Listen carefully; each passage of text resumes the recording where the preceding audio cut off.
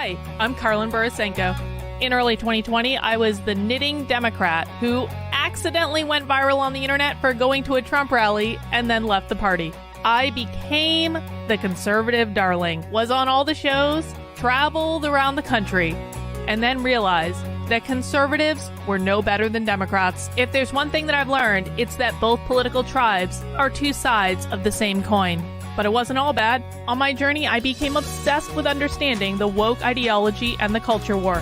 I broke the story of the city of Seattle doing segregated training with its employees. How bad has this stuff become?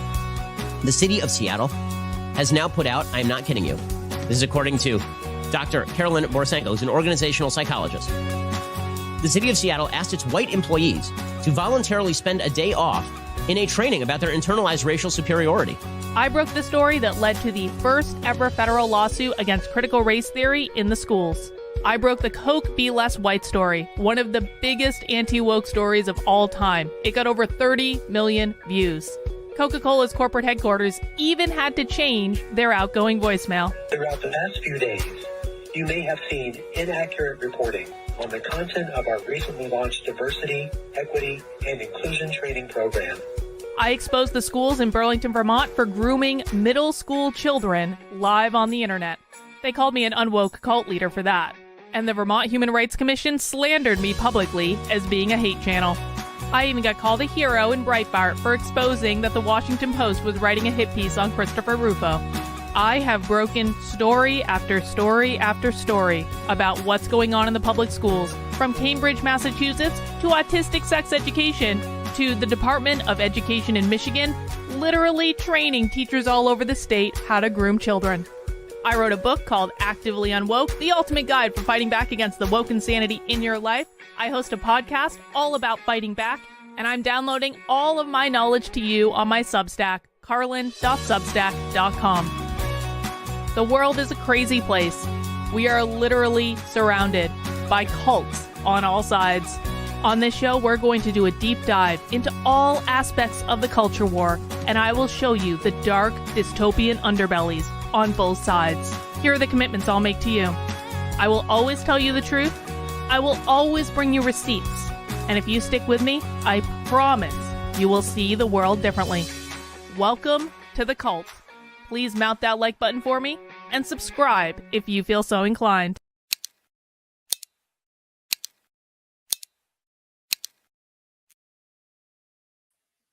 Well, hello, everyone. Happy Friday. We did it. We made it through another week. And now it's time for us to sit back, kick up our feet, and have a relaxing Friday evening with Happy Hour. Happy Hour is a stream that I do on Fridays at 5 p.m. where we watch real woke training conducted in colleges, woke training conducted in public schools, woke training conducted in organizations, and woke training that prominent organizations like the ACLU put live on their YouTube channel for everyone to see, because the left has always been showing exactly what they're doing. The problem is that people weren't listening.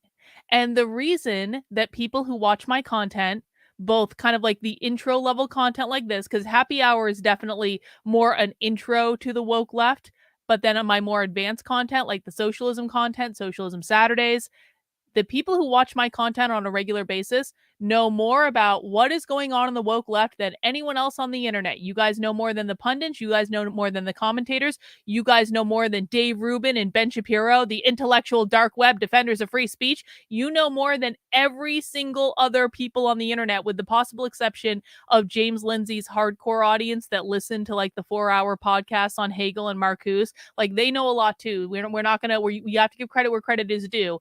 But you guys are some of the elite of the internet that really is at the tip of the sword of knowing what's coming down the pike from the woke left. And this is why we're able to predict what they're going to do better than anyone else on the internet. This is why I get things right all the time that every other popular commentator and pundit and Tim Pool talking about the right is winning, conservatives are winning the culture war, conservatives are winning the culture war. Tim Pool is so stupid. Tim Pool is so stupid if he thinks conservatives are winning the culture war. We know better than that, don't we? And we know better than that because we have figured out exactly how they're integrating all their ideas into every major institution in society in a way that most people don't even want to understand. And today we're doing something that I think is probably going to make me very sad because, longtime viewers on my channel know that I wanted, when I was younger, when I was like, and I specifically remember having this plan when I was like 13, 14 years old. I was like, I'm going to go to college and I'm going to go to law school and I'm going to be a lawyer and I'm going to go to work for the ACLU defending free speech. That was what I wanted to do when I was a teenager. Isn't it ironic? Can I just point of personal privilege? Can I just talk for a moment about just like like how life sometimes fulfills your ambitions in the weirdest possible ways? Because I didn't go to law school. I went to business school.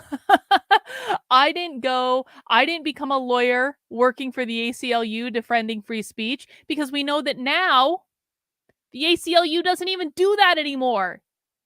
One of the things that I was so enamored with the ACLU about when I was younger is the ACLU would defend the worst possible speech in the world.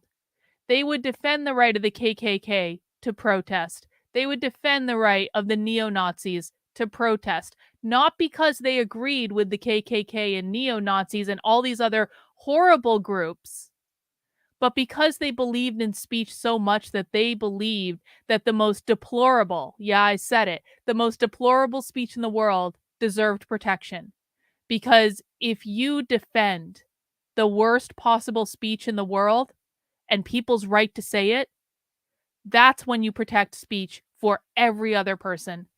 And the minute that you stop defending the things that you don't like and calling for the censorship of the things that you don't like, that's the minute when things that you do like are going to end up getting censored too.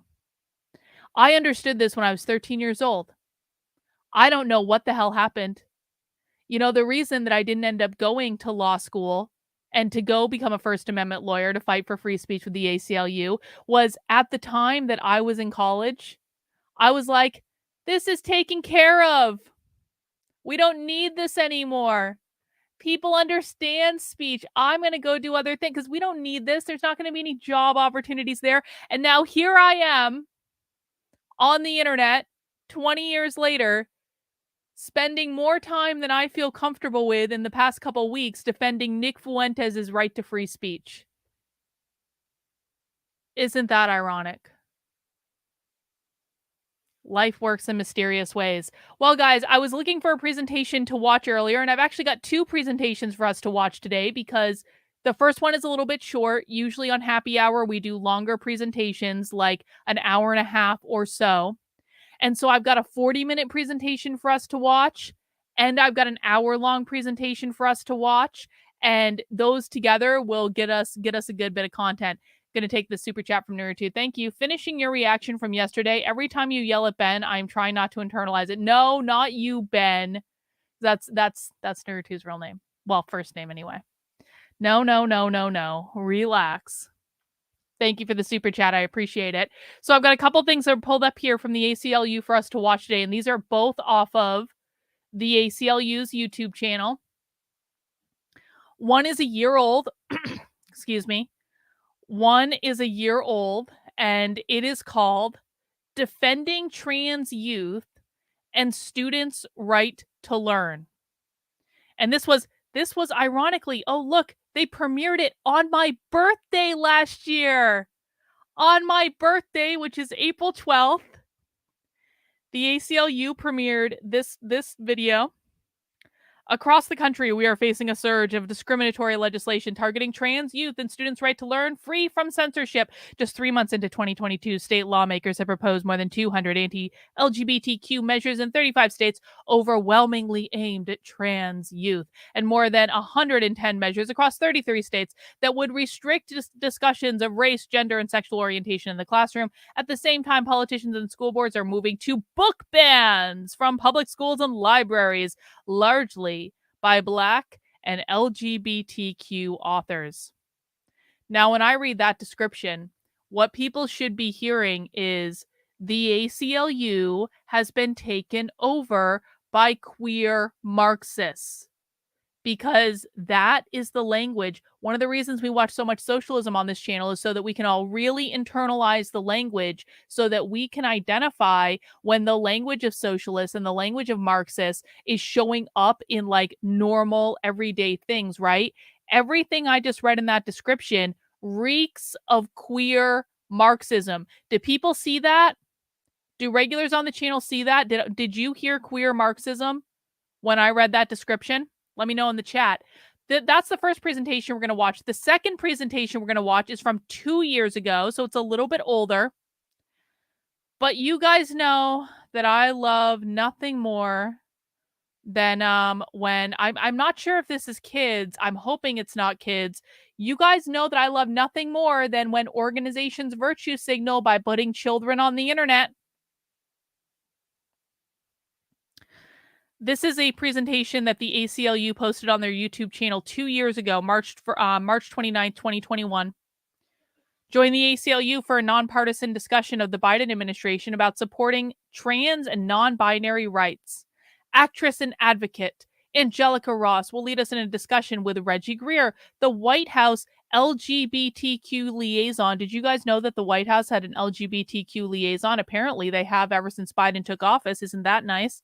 Lala Zanel, ACLU Trans Justice Program Manager. So the ACLU has a Trans Justice Program Manager. And Ian Alexander, actor. I have no idea who that is. These community leaders will share their stories and explore what the White House is doing to protect trans and intersex students and athletes and prevent criminalization of trans women of color and ensure everyone has accurate access to IDs. Yes, our taxes paid for all of this. Fun times, fun times. So guys, that's what we're going to do today. And I hope that you've got some drinks and some snacks. Before we get into it, of course, I do have a couple orders of business. Number one, please make sure you are subscribed to my Substack, which is Carlyn, KARLYN.substack.com. This is a place where I break down the woke ideology for you in plain English. I explain to you what's going on. I'm in the process of creating a massive video library of video clips so that you can go in and see the woke left talking about these ideas for yourself, so you can see me kind of like explain them in really, really short form. The latest one I have added to the video vault is called Whiteness is Not About Skin Color. It's about capitalism and private property. This is a special hat tip to the Groypers, because the Groypers tried to argue with me about this, and I'm fairly certain that I've proven the Groypers wrong on that with the clips that I have in that. So I would encourage everyone to watch it. Listen, man, we can't let our egos get in the way. I understand why they believe that whiteness has to do with skin color. I really do. But the woke left plays language games. And if you don't understand the language games that they're playing, you won't understand them. This is why I'm doing the Substack and breaking down this ideology. In addition to the video vault, we have sections like the Woke 101 section, which is like intro content to like if you want to understand what the crazy stuff that the woke left is saying. These are written articles that you can read. I've got the Woke Mind series where you can understand the psychology of the woke left. We've got all sorts of stuff. I've got a huge catalog of content for people to avail themselves of. My voice is still recovering from screaming for 3 hours yesterday. I've got a huge catalog of content for people to avail themselves of, and I do hope people take advantage of it. And of course, if you do want to support the work I'm doing, because I am 100% funded by you. I'm not funded by any partisan organization.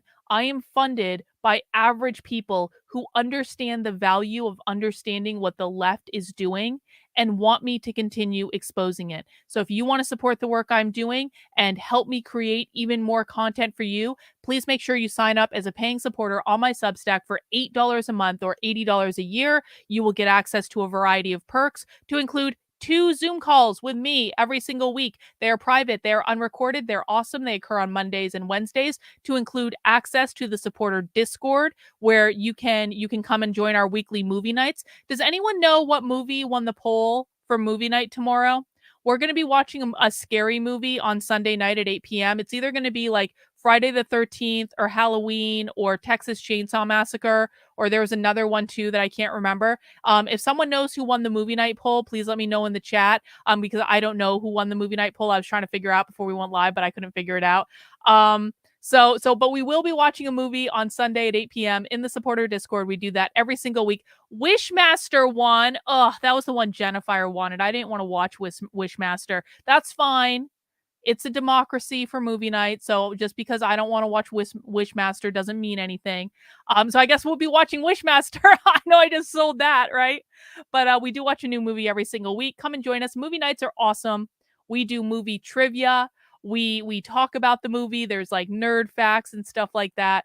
And it's really fun. So that's just some of the perks you're going to get when you support the work I'm doing. I also want to remind people that I do have another Substack. I have like 8,000 Substacks from the cult. And this is thecult.substack.com. And this is my way of getting around YouTube notifications, not notifying people when I'm going live on the internet. So I've heard for years from people like, people are YouTube is unsubscribing me from your channel. YouTube isn't sending out notifications. I don't know when you're going live and da da da da da da da da. So I kind of created a workaround for that. And I created this Substack, which is thecult.substack.com, which you can go in and register your email address for free. It doesn't cost anything.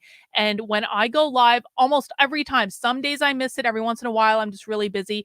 But like almost every day, I send out an email prior to going live in which I tell you exactly what I'm going to be talking about. So today for happy hour, the ACLU on queer and trans kids, you can go in, you can find the links to the live stream, YouTube, Twitter, Rumble, and you can see exactly what we're going to be watching. So then you can decide, like, is this a topic I'm interested in? And then come and join us for the stream. Or is this a topic I'm not interested in and we're going to skip today? This is completely free. It's just a way I have to make sure people are actually getting notified of when I'm going live, at least through an email update. If YouTube isn't going to do their job, I'll do their job for them. And so if you want those coming to your inbox, make sure you sign up on thecult.substack.com. All right. Let's see. Should we do bingo today? We probably should. Let me get up bingo. We'll do queer bingo today. Gender queer bingo. All right. There it is. All right. Let me pop gender queer bingo in the chat. There it is there. And here it is over on Rumble. Appreciate everyone watching on Rumble. And actually, before we do that, well, no, I'll do Sid in a second. So guys, if you want to play bingo, just follow the link I just popped in the chat. Click generate card. You got your free square in the middle. Then we're going for lines or we're going for corners. Every time you hear a word on the bingo card, just mark it off if you want to use this to be able to, like, just keep yourself focused on what's going on. Shout out bingo when you have it in the chat. You don't win anything, but you will get a hearty round of applause. And then we will go for blackout bingo after that. So everyone's got their bingo card. A couple more orders of business before we get started. First off, again, let's just have a big round of applause and cheers for the sage of our community, Sin, who got her kidney transplant at long last. We saw her on the community Zoom the other day. She looks great. I would never have guessed, seeing Sin on the community Zoom, that she had just had a kidney transplant. And so, like, we love you, Sin. We're so glad you're here. We're so glad you're doing well. And, thank you for popping in today. We love you. Can't get along without you. I just, like, I'm so happy. It's like the bright spot in a world of darkness. We have to celebrate the good stuff. Nick says poll still open. Okay, the poll and Halloween is winning. Okay, so we're maybe we aren't watching Wishmaster. All right, well, I'll look for, like, regardless of what movie wins. Okay, I'm kind of complaining about Wishmaster. Jennifer just has a crush on the guy in Wishmaster is what's going on. And so, like, whatever wins, it's going to be awesome. Movie night's always fun. I haven't seen Halloween. I haven't seen any of these movies in years. I think Texas Chainsaw Massacre should win. That's my favorite. But whatever, I don't always get my way. Bot says, sorry, I meant Wishmaster as the fourth option. Oh, okay. Thank you, Bot. I appreciate that. All right, the last thing we have before we get started is this is happy hour. And what happy hour means is that I went to the beer store just an hour ago and I got 4 craft beers, because you can't have happy hour without some craft beer. I'm a craft beer snob. I like explaining it to people. And so I got some beers, and I'm going to show you what beers I got. And then you guys get to vote on which one I drink first. Hang on. My microphone came undone again. Oh no, hang on. I'm breaking stuff over here. Breaking my headphones. Hang on. Hang on. Oh no, where is it? Everything always goes wrong on happy hour. There it goes. I'm back. Okay. All right, time for beer. And this is a coconut beer type of day. For some reason, I don't know why. So the first beer I have is like I walked into the beer. So the main craft beer store I usually go to, there's one like right down the street from where I live. I go to some other ones too around here, but this is like the closest one, and they have this huge beer cooler that has like all these singles and all this craft beer. And so because I was in a hurry and I was kind of running late today, I just went to the beer cooler, and the moment I walked in, I saw a whole bunch of these. And all I saw on the front of it was coconut. And I'm like, sold, because I love coconut beer. I think coconut beer is the best. I especially love coconut in stouts. If you've never had a coconut stout, it's just like, it's like the richest, most like luscious dessert, but like also kind of savory thing. I love stouts are my favorite beer. So I highly recommend that if people have never had a coconut stout before. This is I didn't notice this until just now. 7.4% Focus, camera. Focus. 7.4% beer. So a little bit of an imperial, not a proper imperial. It's not like 8, 9, 10% or anything, but a little bit more than average. The average beer has like 4 to 5% in it. So a little bit more. And this is from Omnium Brewing. This is called a Coconut Paradise Sour. It's a fruited sour with pina colada, pineapple, and coconut. So basically like a cruise type of beer. Like I've got a little umbrella going in that thing. That's option number 1. Option number 2 is got a dog on it. You guys know I like a good beer can. It's got a dog on it, and it's called Blood Orange. This is also 7% alcohol. I'm going to be getting drunk today, obviously. And it says on it, this is from Stark Brewing Company. Stark Brewing Company is in Manchester, New Hampshire. Go New Hampshire. Hail to the ale. Here is our tribute to Bruiser, the sweetest puppy dog we know. She is loved by all and easy to get along with. Just like this IPA. I didn't realize this was an IPA. I feel swindled. I didn't realize this was an IPA when I bought it.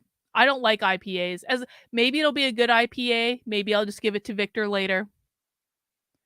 I always feel fucking accidental buying of an IPA. God.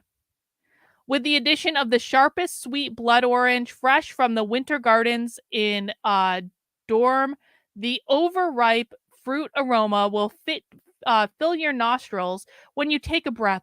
Just like Hota and the Prince, balanced with early hop addition of Citra, giving it a strong tropical backbone, with later additions of Mosaic and Zamba giving it a mellow, citrusy tangerine flavor and aroma. So the dog beer is a secret IPA. I was tricked. I was swindled. Please don't vote for that one. I'm serious. I don't want to drink an IPA. I like I've got other beers. Please vote for one of the other beers. Please. I know it has a dog on it. I'm going to give it to Victor later. It's going to be fine. Now the third beer. Okay, fun fact. I am one of those people that I watch stupid animal videos on Instagram. But I like weird animal videos. I got very into watching like alligator training videos for a while on Instagram.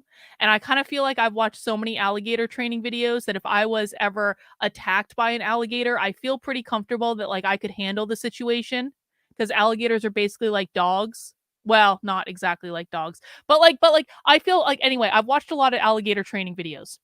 At some point, I graduated to watching hippo videos, because hippos are like these weird bastardly animals that are like always angry. I have this perception of hippos that like they're always pissed off about something, and like they're mean and they try to eat you. And so I actually have like all these hippo videos coming up in my feed now. And so I saw this beer and it had a hippo on it and had an angry hippo on it. Because hippos are little baby hippos are so cute, though. If you've never seen a little baby hippo, it's just like they're adorable and they just want to bite you, but they don't have teeth. So I got this hippo beer. This is from Trippin' Animals Brewing, which is one of my favorite breweries for like these like beefy sour beers that are just like basically smoothies. This is called Trippin' Zombies. It is a sour ale with passion fruit, mango, and coconut. That's going to be our third beer, another coconut beer. And then the last beer I got, I think I've had it before, but I just really wanted a stout.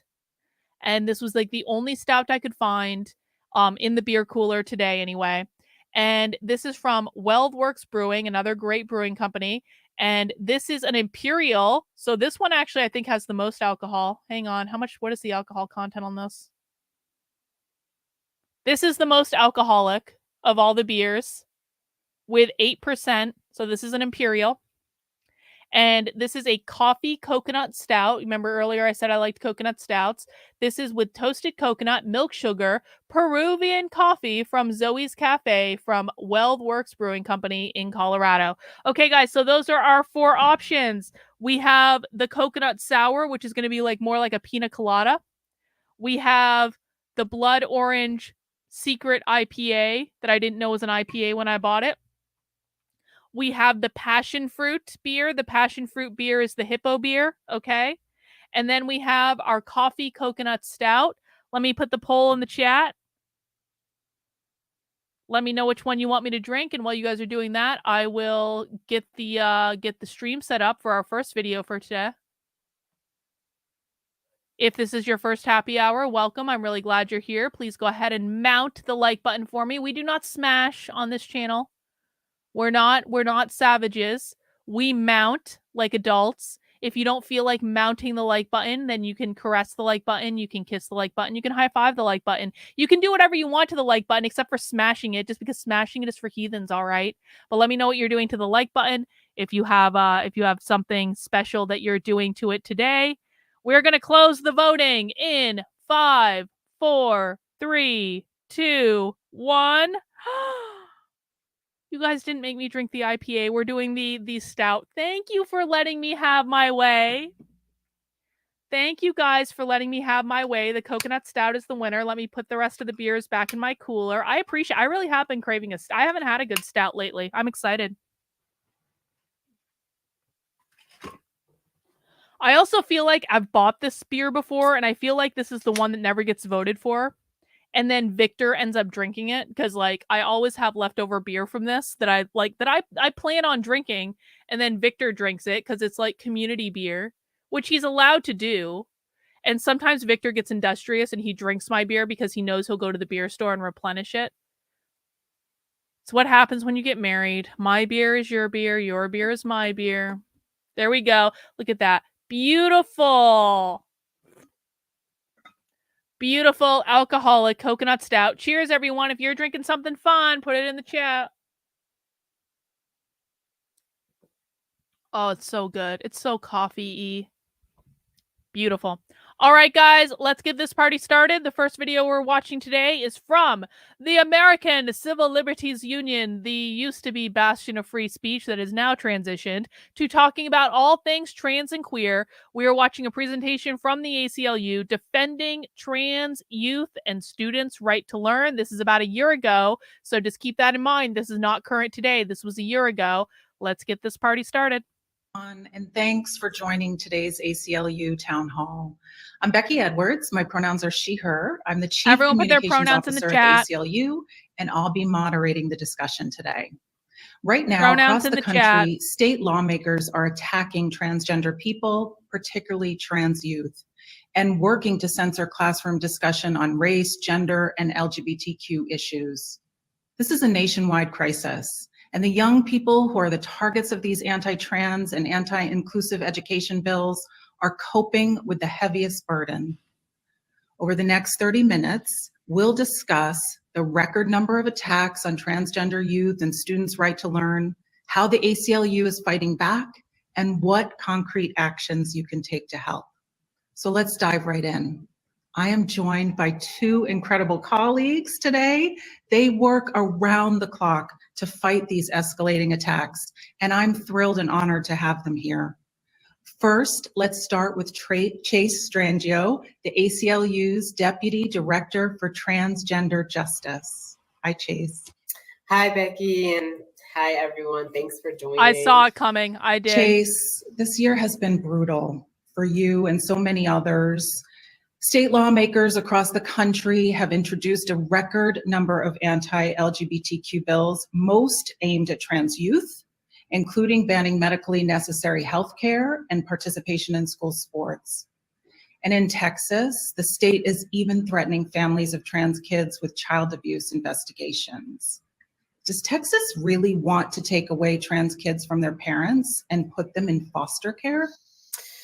Yeah, so I mean, I think we continue to have this conversation where we're saying it's the worst year yet in attacks on trans youth. And the reality is that it's just an escalation upon an escalation in terms of the number of bills, the extreme content of the bills, the aggressiveness with which lawmakers are prioritizing the bills. So in all three metrics, this year is worse than the last, and 2021 was worse than 2020. And it's really demoralizing and heartbreaking. And in Texas, I think we can see the sort of extreme escalation in terms of you have a state that's not even in session. Texas is not, their legislature is not in session. They failed to pass a bill that would criminalize this healthcare for transgender adolescents, healthcare that is supported by every major medical association. And out of session, you have the Attorney General and the governor issuing directives to the so-called Child Welfare Agency to immediately start investigating families with transgender children based on just the possibility that they're providing medically necessary care to their minor children, and calling upon the general public to be essentially deputized in this endeavor under threat of criminal prosecution to report families with trans children. And this is not unlike what— Hang on, this is a really good question. And guys, if you have questions on our way through this presentation, I encourage you to ask them. There are no stupid questions. Everyone's at a different stage in their journey. Some people know more than others. So no, there's nothing wrong with being a beginner or not understanding stuff. Are these specific people true believers or useful idiots? True believers. This person is a true believer. The person presenting it is I'm fairly certain that every single person we're going to see today is absolutely a true believer. The people watching them are useful idiots. And the useful idiots are the ones that can be woken up, right? The useful idiots are the ones who go along with this ideology because they think that it's what they need to do to be a good person. I used to, and no shade, man, I know it's kind of a horrible term. I like to call them useful innocents more than useful idiots, because like I used to be a useful idiot. Because I wasn't paying attention. It was just because I was busy. I was focused on other things. I wasn't paying attention. So we need to be really aware of when we're talking to true believers and when we're talking to useful idiots, because the useful idiots can be woken up. They can be turned. They can be red pilled. They can come over to our team. They can become disaffected. They can maybe even become deplorable at some point. Who really knows? But the true believers cannot be woken up. The true believers are the real enemy. The true believers are people that we need to make an example of at all times. No fucking mercy. You go right at these people, right in their face. You hit them right between the eyes, figuratively, not literally. We don't endorse violence, but you have to know the difference, because a lot of time people on the internet spend time attacking the useful idiots or the useful innocents. And when you do that, you radicalize them permanently. I'm going to give you an example. Dylan Mulvaney. Now, you cannot like Dylan Mulvaney. You cannot like what Dylan Mulvaney stands for. But the fact of the matter is that when Dylan Mulvaney got famous, Dylan Mulvaney was a useful idiot. He didn't, well, God, I really do try to use the pronouns. I really do, just because I believe in being respectful and like calling people what they want to be called. Dylan Mulvaney didn't know what Dylan Mulvaney was walking into. And Dylan Mulvaney was a theater kid who just started doing theater on the internet and ended up getting famous from it. And if you actually listened to the things that Dylan Mulvaney was saying back in the day, they actually weren't extreme. Dylan Mulvaney once did a whole video about how kids should wait to transition. Don't be in such a hurry. It's going to be okay. This is a message that we should want kids to be getting, right? Dylan Mulvaney actually did that. This is real. I watched it on my channel. And then the right just kept going at her and going at her and going at her and going at her and going at her and doing the whole Bud Light thing, canceling Dylan Mulvaney massively. Dylan Mulvaney's now radicalized. Maybe if the right hadn't been such assholes, there could have been a conversation about we might believe different things, but I don't think that anyone should rush into transitioning. I'm not saying it's a sure thing that that could happen, but I do know that Dylan literally made a video saying that, so I don't think it was completely out of the realm of possibility. But instead, the right just canceled Dylan 19 ways from Sunday in every possible way. Dylan Mulvaney's now radicalized. Dylan Mulvaney ain't coming back. That's the challenge of when I believe in going aggressively at the left. I have no problem in going aggressively at the left. I have no problem hitting them between the eyes, figuratively, not literally. I have no problem getting in their face. I have no problem lying to them to get them to react. I have no problem like being an epic dick to these people because they're trying to destroy our world. But you have to make sure that you're bullying the right people. Bully the true believers. Bully the true believers 19 ways from Sunday. Bully the true believers until their facade comes crashing down and they show you their true colors. But don't bully the useful innocents, because the useful innocents can still be woken up and they can still be brought over to our team. And we need to be hyper aware of that and bringing as many people over to our team as possible. Thank you for asking the question. I really do appreciate it. We see what we're seeing in Texas with SB 8 and abortion, where you're having the general public being called upon under threat to report on their friends and their neighbors for exercising their constitutional rights, for protecting their friends, families, and loved ones. And so that is what is happening in Texas. And after this directive was issued by Attorney General Ken Paxton and then escalated by the Governor Greg Abbott, immediately families started to be placed under. What he's talking about is the banning of trans surgery and transgender care in minors in Texas. Remember, a year ago, I don't think the bill had passed yet a year ago. So this is when they were trying to just ban trans care for minors in Texas. They've since done that. These people are really pissed off about it. I just want everyone to have a sense of the timing of when this video was made. Investigation. And so, as a parent, I'm just, I literally cannot imagine. What the situation is you have families who have struggled, their kids have struggled, they're facing a crisis, they're watching their child suffer, and they realize that there's a way to help. And so you have families that, through a lot of soul searching, through a lot of internal strife and trauma, come to a solution, have care for their child, watch their child improve. And now you have the state coming in and saying the fact that you are going to the doctor and following medical guidance is going to be the very thing that causes us to come in, investigate your family, terrorize you, and potentially threaten to take away your child. And the consequences of this, obviously, for the individual families are absolutely devastating. But across the state, people are feeling terrorized. Families are moving out of state. Nobody should have to uproot their family and community in order to care for and love their child. It is absolutely untenable that people should feel that they have to flee their homes in order to safely get healthcare. But that's what's happening in Texas and across the country. Hospitals started cutting off care immediately after this. So we had a situation where, the governor and the attorney general are acting far outside the scope of their legal authority. They're not the legislature. They cannot pass new laws, but they use their power to terrorize and scare these families. And immediately things started to change on the ground in Texas. And we had to jump in. And we as soon as we heard that families were under investigation on a Friday, we filed a lawsuit on Tuesday. I've never, and this is saying a lot in my 10 years at the ACLU, worked as hard or as aggressively as we did in this context. Because this person has been with the ACLU for 10 years. When did the ACLU fall? Does anyone know? Because I know that the ACLU was still defending the right of free speech for horrible people in the 90s. Did they? I mean, it probably was in the 2000s. Everything happened in the 2000s. It probably was in the 2000s.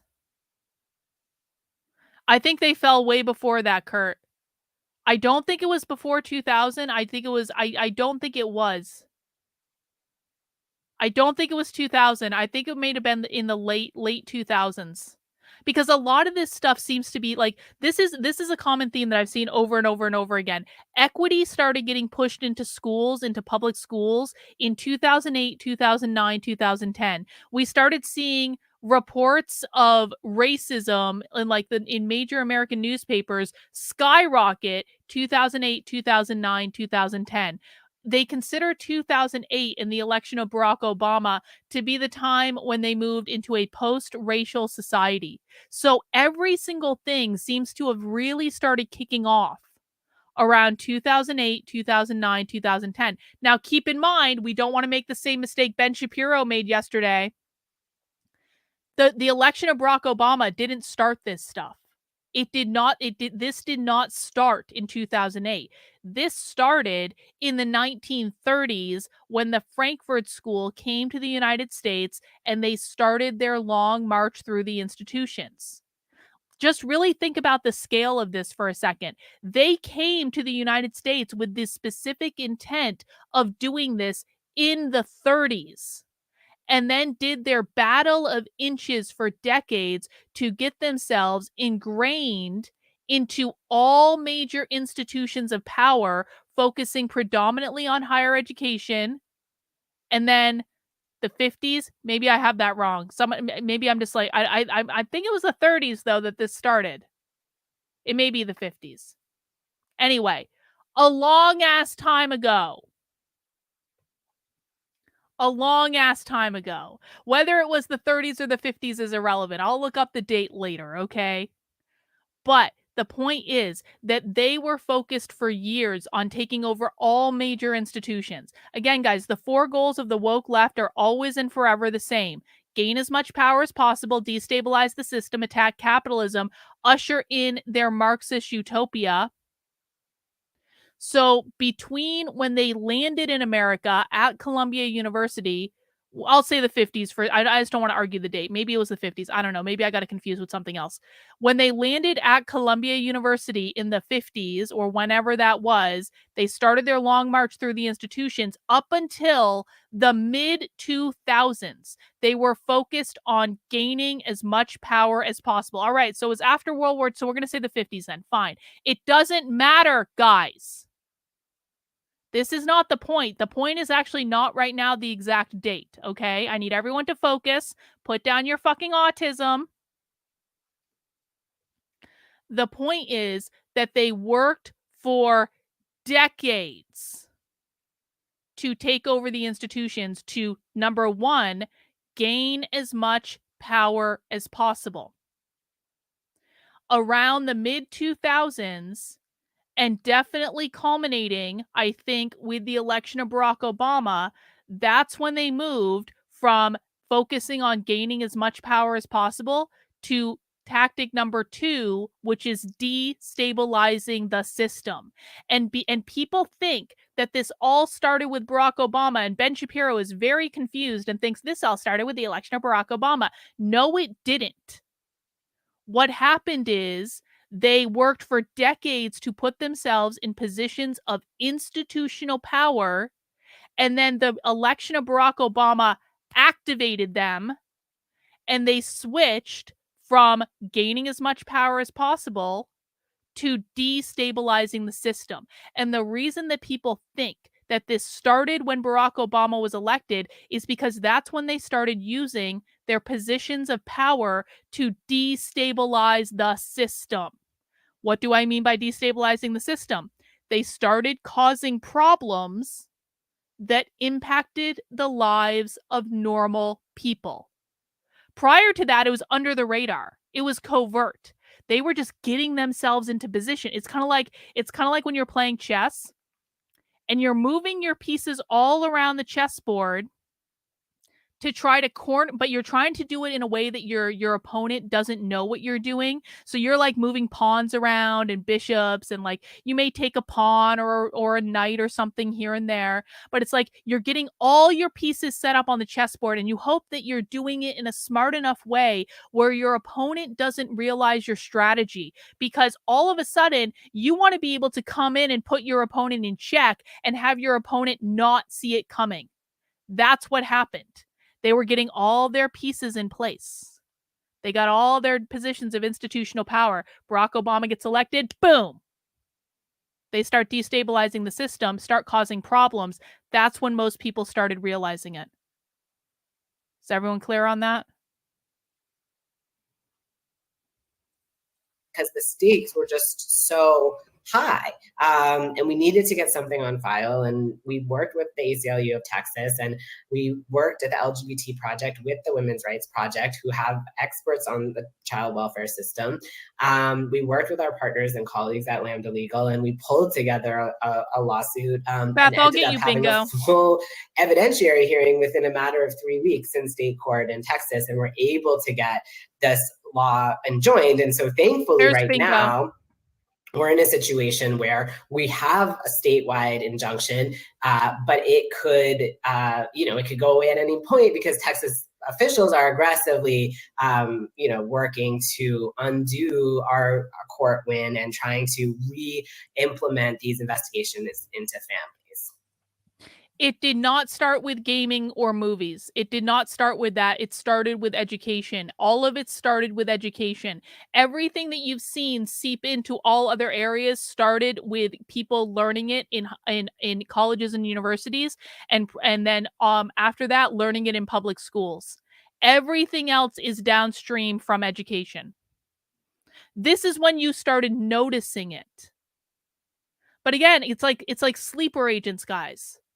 It's like Russian sleeper agents, Russian assets that have been here the entire time, but you start noticing it when it starts showing up in things that you care about. Like it's like when I started noticing it when it showed up in knitting. That's when I started noticing it. I don't play video games. I'm not a movie nerd. I started noticing it when it came into a world I liked. Same with anything else. And Chase, before we move forward, can you just, you're talking a lot about Texas, but I know Texas is not the only place you're working because this is like a coordinated effort nationwide. Can you talk a little bit about the scale? Yeah. So, and, like I said, the volume is the worst we've ever seen. And we're in a situation where at this point, there are close to 200 bills targeting LGBTQ people in 35 states, the majority of them targeting trans youth. We're in a situation now where 16 states in the country currently. Why the fuck did they infiltrate knitting? Who do you think knitted all the pink pussy hats in 2016? Where do you think all those pink pussy hats came from? This was a thing in knitting. This was an effort from the knitting community to knit the pink pussy hats, knit the pink pussy hats for people who didn't know how to knit, distribute patterns for pink pussy hats, have pink pussy hat knitting parties. Exactly. Yes, that's what happened. Currently ban trans youth from participating in school sports with their peers. We've had states pass bathroom bans this year. Multiple states moving bills to criminalize healthcare for trans adolescents, and it's demoralizing because you fight. And for example, on the very last day of Alabama's legislative session, after we had successfully fought off a criminal ban on healthcare up to age 19, that would make it a felony for doctors to provide this treatment. There is a state-of-the-art clinic at the University of Alabama that is going to have to shut down if we don't get into court quickly, that treats adolescents across the Southeast. Now, those doctors could be sentenced up to 10 years in prison for following their ethical obligations as medical providers. So Alabama is another place where, unfortunately, at the last second, multiple bills were pushed through. And then you have these bills that are also banning so-called discussion or instruction or discussion of gender identity or sexual orientation, as if you could ban discussion of it because everyone has a gender identity and sexual orientation. So ultimately what they're saying is you can't talk about anything, but that's not what they mean. They mean you LGBTQ people should not be discussed. You should feel so ashamed of yourself and your families that we're going to tell you from age, kindergarten through 5th grade that you're not going to be able to come into school and talk about your parents if you have, 2 moms, or you're not going to be able to talk about your family if you're a trans person or if you have a trans parent. And I think about, well, what's my kid supposed to say if they lived in Florida or they lived in Alabama? They couldn't talk about their family in K-5 when 90% of what you do at various points throughout the year is talk about your family, your tradition, what's going on at home. That's a prohibition on discussion of people's existence. And obviously the consequences of that are to shame, stigmatize, and ostracize whole communities of people in their homes, in their schools, in their families. And that's what we're seeing across the country. And it is getting worse by the day. And ultimately, if we don't intervene, if we don't keep fighting back with every tool in the toolbox, then in 2023, we're going to say, and it's even worse this year. All right. Lone Wolf says, I'll always hate what they did to my favorite book, Wheel of Time, and now I understand why. Attacking the binary that the book was really centered around in fantasy. Now I'm just grumbling. Well, no, it's not just grumbling, though, guys. One of the reasons that I'm showing you this woke content, but then that we do socialism content and trying to explain to people why they're doing what they're doing is to help people come to realizations like this. Because once you so the woke left, what the queer Marxists are doing is they're trying to explicitly abolish the gender binary. They don't want men to exist. They don't want women to exist. They want a world full of theys. This is not a specific attack on men. It's not a specific attack on women. It's an attack on gender entirely. The reason they're doing that is because they believe that capitalism created the gender binary by forcing women into oppressive gender roles in which they were doing free labor in the home while men got to go out and get compensated for their positions in society. They believe the gender binary upholds the nuclear family, and the nuclear family upholds capitalism by socially reproducing the system. Therefore, one of the things they need to do to achieve one of their goals of getting rid of capitalism so they can usher in their Marxist utopia is to get rid of or abolish the gender binary. So recognizing when they're abolishing the binary, when they're trying to attack the binary. This is why non-binary exists today as a category. Non-binary didn't exist as a category 10 years ago. It wasn't real. They literally created an entire category of gender that is now socially accepted across all major institutions that you have in these drop-down lists about gender, that they're having entire education programs about being non-binary, gender fluid, non-binary, gender fluid. They invented this in the last 10 years as a specific attack on the gender binary to liberate people from the gender binary, which is a direct attack on capitalism and the nuclear family. And so if you're recognizing what is happening when these attacks take place, that it's not about abolishing men. This is a mistake that the right has made. The woke left doesn't hate men any more than they hate women. And then they said, oh, they want to abolish lesbians. They want to abolish women in women's sports. No, they don't want to abolish they don't care about any of that. Every single one of these strategies is about abolishing the gender binary. That is it. And so if you're recognizing that, well, it sucks, it's still a good thing that you're recognizing what's going on. Yeah, I'm taking a deep breath. Thank you for breaking that down for us, Chase. And it's an important moment to bring in Emerson Sykes. Emerson is a senior staff attorney with the ACLU's Speech, Privacy, and Technology Project. Hi, Emerson. Hi, Becky. Emerson, you heard Chase just talking about how the aim of anti-trans legislation is to erase trans kids. Can you tell us a little bit about how you're seeing the same type of erasure play out in classrooms and public libraries too?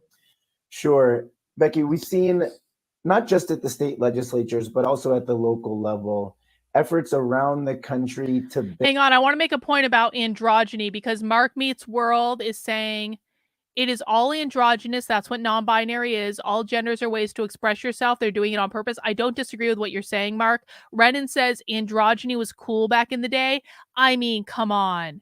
Like David Bowie Or like my favorite androgynous hero, Brian Malco, who's in Placebo, and Placebo's like my favorite band ever. And so like I love I love androgyny. I love androgynous men. It is the sexiest thing in the world. That's not to say I don't love other types of men too, but like androgynous men are really sexy. But that's not the same as non-binary. Because at the end of the day, David Bowie was still a man. And David Bowie knew that he was still a man. Brian Molko, still a man. Every androgynous hero, still like usually. Well, I mean, there are women who are androgynous too. Who is that? Who is that beautiful black supermodel in the 80s? Does anyone know who I'm talking about? Just like gorgeous, like super dark skinned black supermodel in the yeah, Prince was androgynous. Prince still a man. Grace Jones, holy shit. Grace Jones, androgynous as fuck. So sexy. And I say that in a totally not lesbian way. But androgynous as fuck. But Grace Jones was still a woman, right?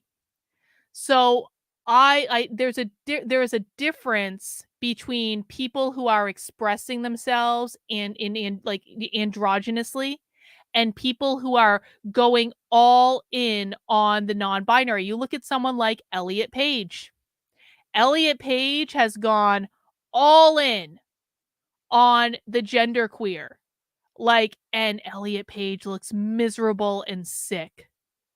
Like some of the, I mean, it's too bad. Elliot, she used to be like a hot girl, and I say again, says like totally not lesbian.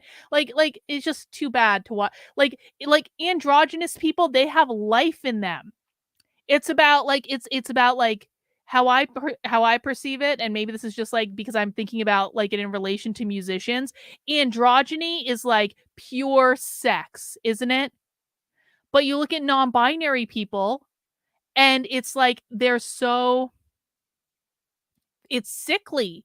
Non-binary is not hot. It's not sexy. There's no good energy to it. So I don't know exactly how to characterize the difference yet, but I feel confident that they're two very different things, because just think about like the overt sexuality of so many androgynous celebrities over the past decades, like David Bowie, Grace Jones, Brian Malco, so fucking sexy.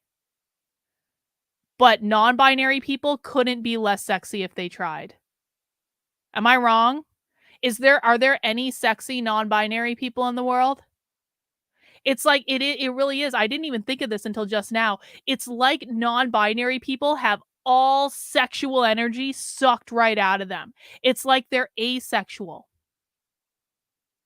Isn't that funny? Isn't that funny? Ban discussion about race and sex in a variety of different ways. And I think it's important where we start this story, right? For generations in the United States, we presented in our public schools a whitewashed version of history.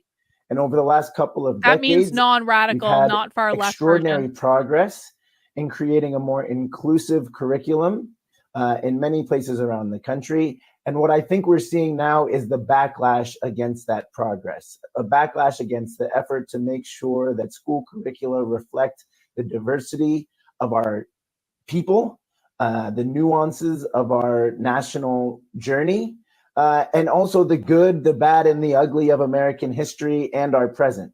And so, you know, we can start this story with Trump's executive order. We can start the story with Chris Rufo's effort to make critical race theory. Free bingo square. Anytime Chris Rufo is mentioned in a happy hour training, free bingo square for everyone. Congratulations.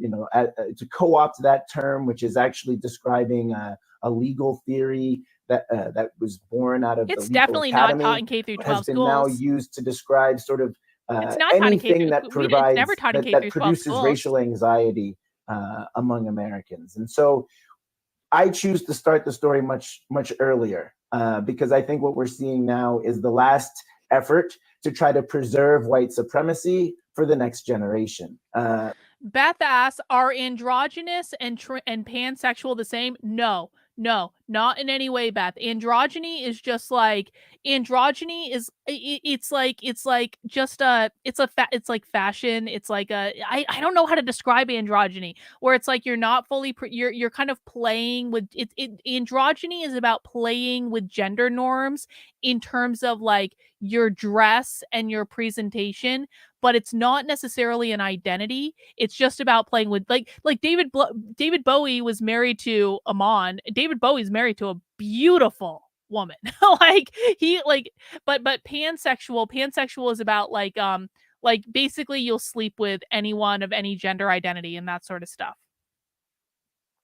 I mean, I would say yeah, like I think well your look is definitely androgynous. I think you could really play up the androgyny if you wanted to.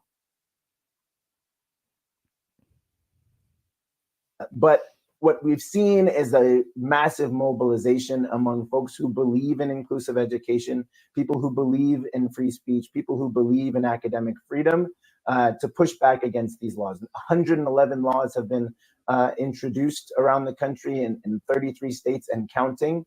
I think close to 10 states now have laws in effect. And we are working with our affiliates and partners at all sorts of organizations to make sure that we can put our best effort into stopping this momentum and reversing this trend. And Emerson, why does the ACLU get involved in an issue like this? Why does it? In many ways, it's a prototypical ACLU issue. No. It's a free speech issue. No. It's a racial justice issue. It's a gender. Teachers in public schools do not have free speech protections, which I would think a senior staff attorney at the ACLU would know. This has already been decided by the Supreme Court. They are public employees. Their speech can absolutely be restricted when they are taking taxpayer money to pay their salary when they're teaching in public schools. Teachers do not let anyone ever tell you that teachers do not have free speech. Teachers do not have free speech when it comes to their role as teachers in the public schools. Don't let anyone ever tell you this is a free speech issue for teachers, because this has literally already been litigated up to the Supreme Court. Justice issue. We've seen that these laws in many ways are a direct response to the massive protests and mobilizations in favor of racial justice that we saw in the summer of 2020. So it's unmistakable that race is a critical, so to speak, part of this debate. But I'll note that almost all of these laws also talk about sex or gender. And so there has been an effort to sort of throw in there concerns about women's equality, LGBTQ rights. And so, we are working with our colleagues. I'm on the Speech, Privacy, and Technology Project. We're working hand in hand with the Racial Justice Project. Also, we're coordinating closely with our colleagues like Chase in the LGBTQ Project, especially around these quote unquote don't say gay laws, which are sort of. Velvet Goldmine is so good. Brian Molko's in Velvet Goldmine. He has like a bit role in like one of the bit. It's so good. It's so good. I want to watch Velvet Goldmine later. It's like the best. Sort of a new variation, not necessarily new, but a variation on these education gag orders. So I think it really implicates so many things that we at the ACLU care about. And so we have been, I think, doing everything we can to try to bring to bear our massive ground game. We have Mom of Cats. This is fucking brilliant. This is great. Androgyny is the melding of male and female sexual energy. Non-binary is the elimination of male and female sexual energy. Let me just take a picture of this, because this is like the perfect way to describe this. For real. Well done.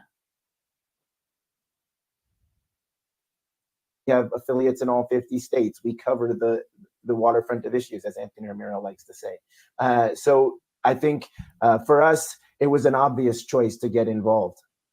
I appreciate you making those connections. It's very helpful for me, and I hope it's helpful for our audience. Chase, you already talked about how the Texas directive is part of a coordinated effort by politicians nationwide, but can you speak more about this so our audience understands sort of what is the motivation behind these attacks on trans youth and why it's escalated so dramatically this year? Yeah, no, I mean, and like Emerson, you know, I could start the story hundreds of years ago, and the way in which the sort of regulation and control over people's bodies and sexualities is a centerpiece of building out empire and white supremacy, and that this legacy, you know, it's actually Capitalism. something that stretches back hundreds of years in history, and we see these attacks manifest in a multitude of ways over the course of American legal history and American history generally. And I think if we look at this contemporary moment, a lot of it has to do with the backlash to marriage equality and other successes, formal legal successes of the LGBTQ movement. This is why it is stupid for the right to be saying, this is all because of gay marriage. This is all because of gay marriage. This is all because of gay marriage. This is all because of gay marriage. And like fighting against gay marriage. They are never going to win this battle. Okay. And listen, it's actually not wrong to say this is because of gay marriage, but not because of the reason that the right thinks. The right thinks gay marriage was a slippery slope into all this. Once you had gay marriage, you were never going to get all this because we sanctioned the legitimacy of gay couples. And then it's just a hop, skip, and a jump away to pedophilia and bestiality and blah, blah, blah, blah, blah, blah, blah, blah. That's not what happened. What happened is once gay marriage was decided, most gay people were like, we're cool.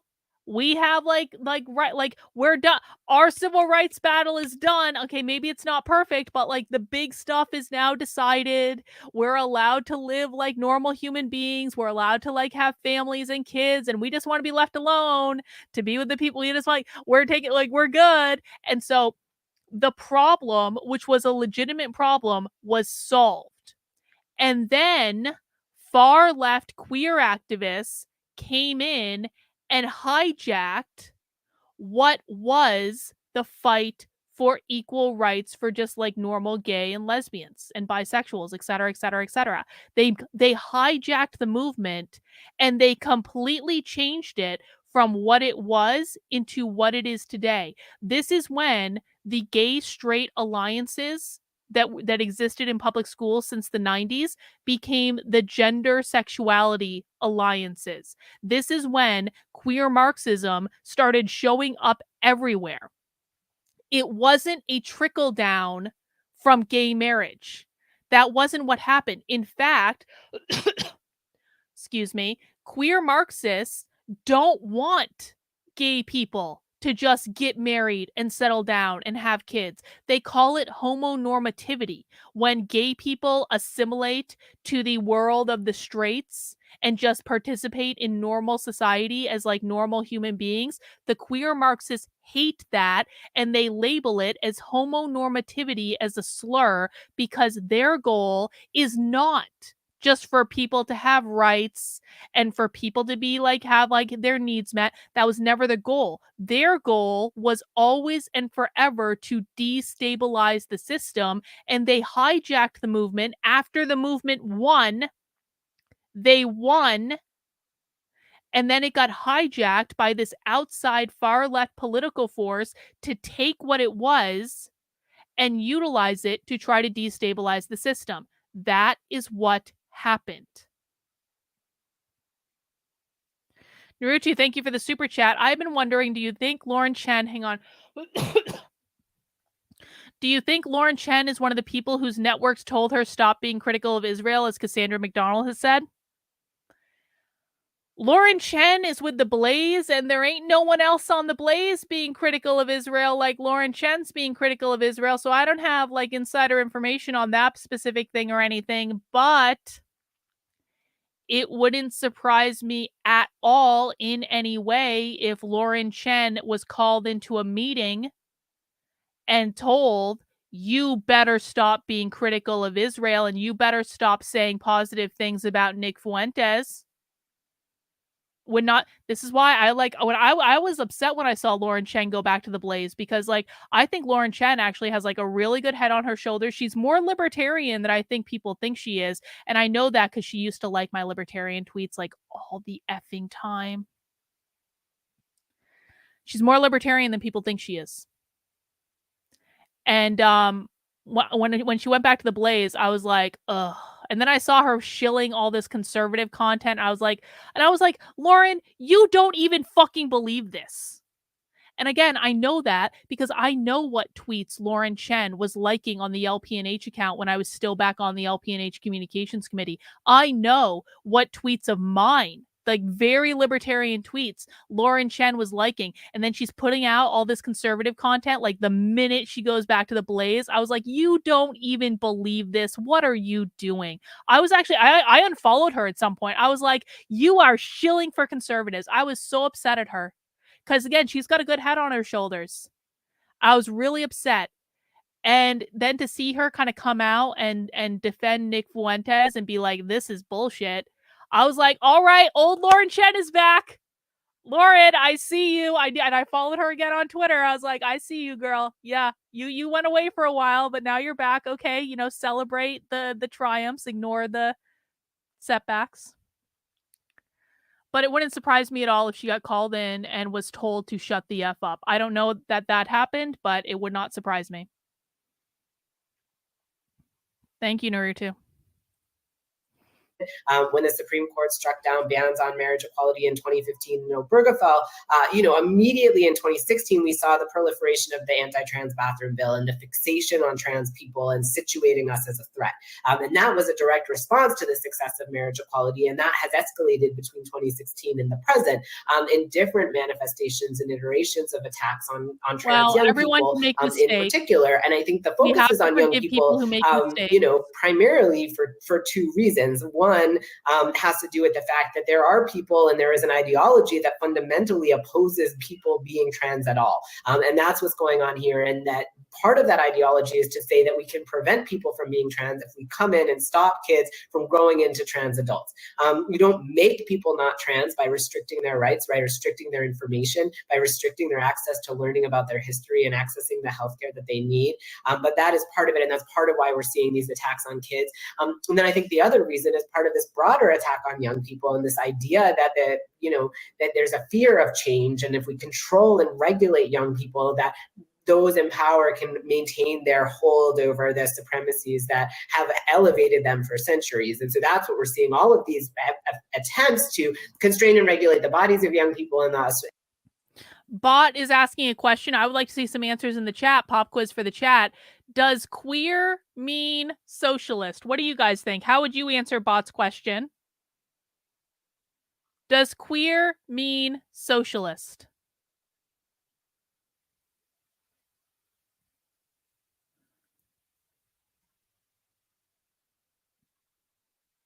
Beth, you're not the only Christian. There are other Christians here. Naruto's a Christian. Like, there are definitely other Christians. You're not the only one. We just don't talk about it all the time. Does queer mean socialist? Most of you are saying yes.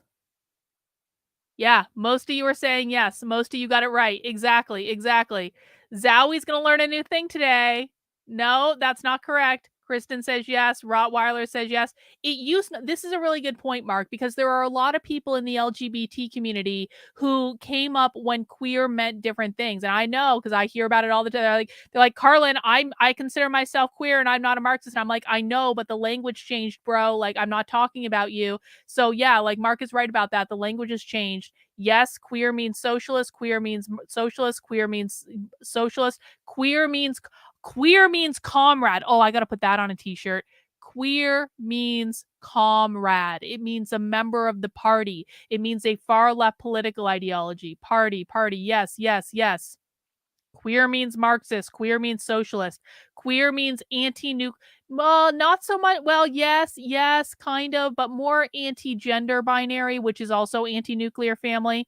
There is major overlap between queer and socialist. Queer is a far left political ideology. Queer is a way of expressing support for socialism. Queer is a political ideology. Queer is going against the norm. Queer is a political title. Queer means Marxism. Queer is the political application of Marxism in the sexual identity realm.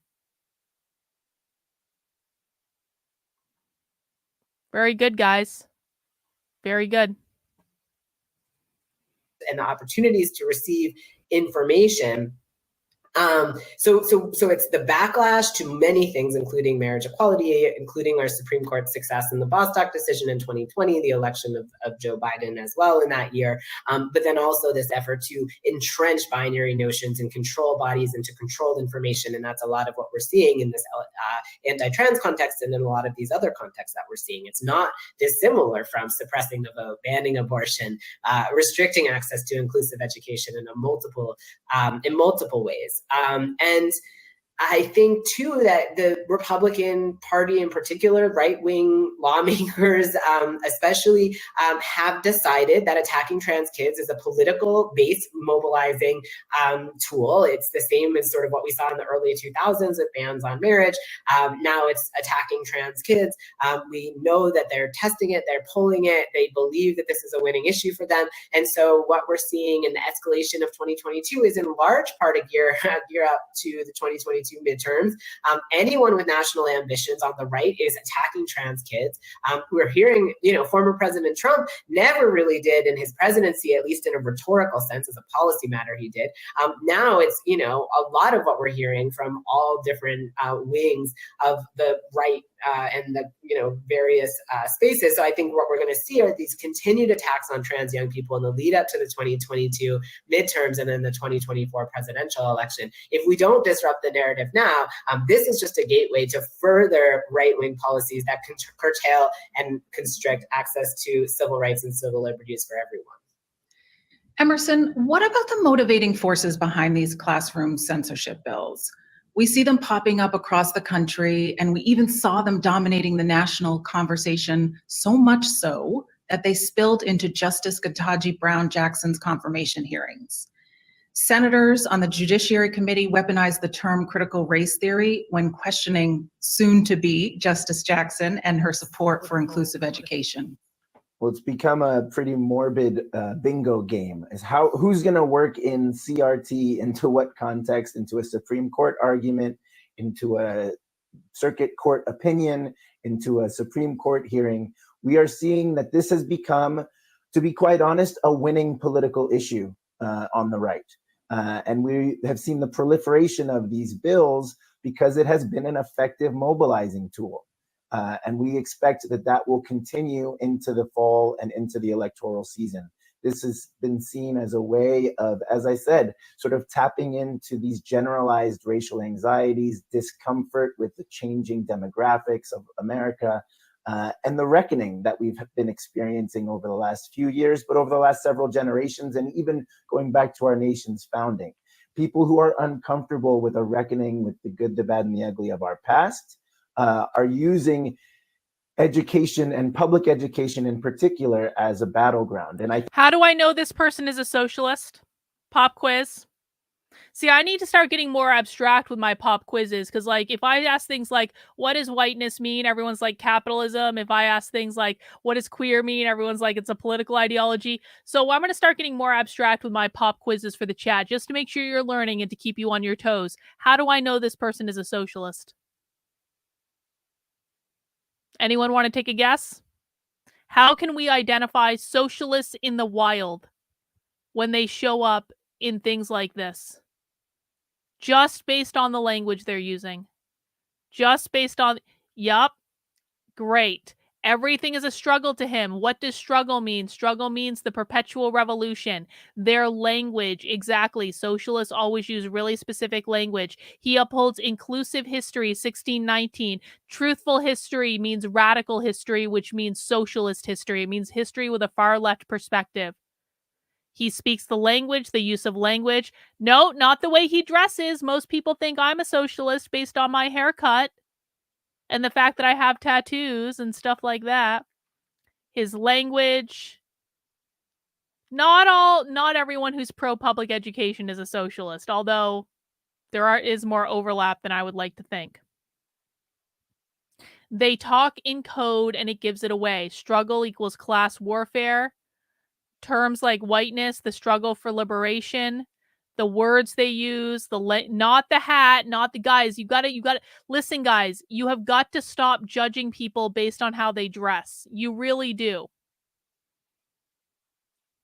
I have a ton of tattoos. I have a weird haircut.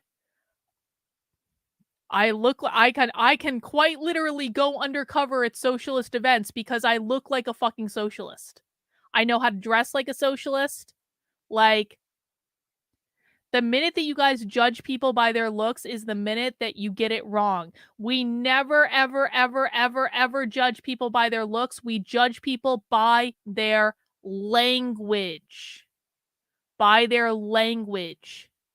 The language is always the giveaway about what political team people are on, because far left socialists speak very differently than normal mainstream Democrats, who speak very differently than libertarians, who speak very differently than disaffected lefties, who speak very differently than independents, who speak very differently than mainstream establishment shill Republicans, who speak very differently than conservatives, who speak very differently than the far right. Every single one of these groups has a different language, and there is some overlap between them, but you can very easily, if you listen to someone talk for a little while, figure out which political group they're in based purely on the language that they're using. I think it also, I would be remiss if I didn't mention that it also ties into the broader battle against public education more broadly. And so I think this effort to make onerous transparency requirements, the ACLU is and has always been in favor of transparency in government, including in education. We fought hard alongside partners for years to make sure that parents and the general public have access to knowing what is being taught in schools. But what we're seeing now is something a bit different. And here what we're seeing is an effort to chill speech, an effort to introduce onerous procedures on educators, unwieldy. The whole point being that teachers, districts, librarians will opt to simply avoid these topics altogether. Rottweiler's making a great point here. By the same metric, you can tell when a regular trans individual is not a queer Marxist. Yes, you can. And this is why it is imperative that trans be separated from queer. This is a mistake that the right make. It is not about separating the T from the LGB. You have to separate the Q from the LGBT, because most trans people are just normal trans people who just want to live their life and be left alone and present in the way that they want to and that makes them feel most comfortable, and they don't buy into this.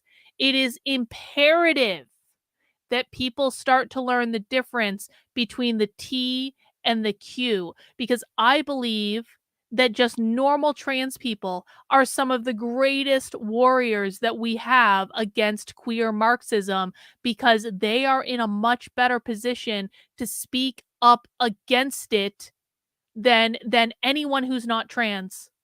They have more points with the people that are looking at this ideology and are looking at it as a way of like, we just want trans people to be able to do what they want. Guys, it's a valid position that a lot of people have. Most people don't care if people are trans. They really don't. Most people are very selfish. They just want life to be good for everyone. And they just don't want trans people to be like, have their rights infringed. And so we've got to start separating the two. When conservatives attack all trans people, they are getting it wrong, and it is extremely counterproductive.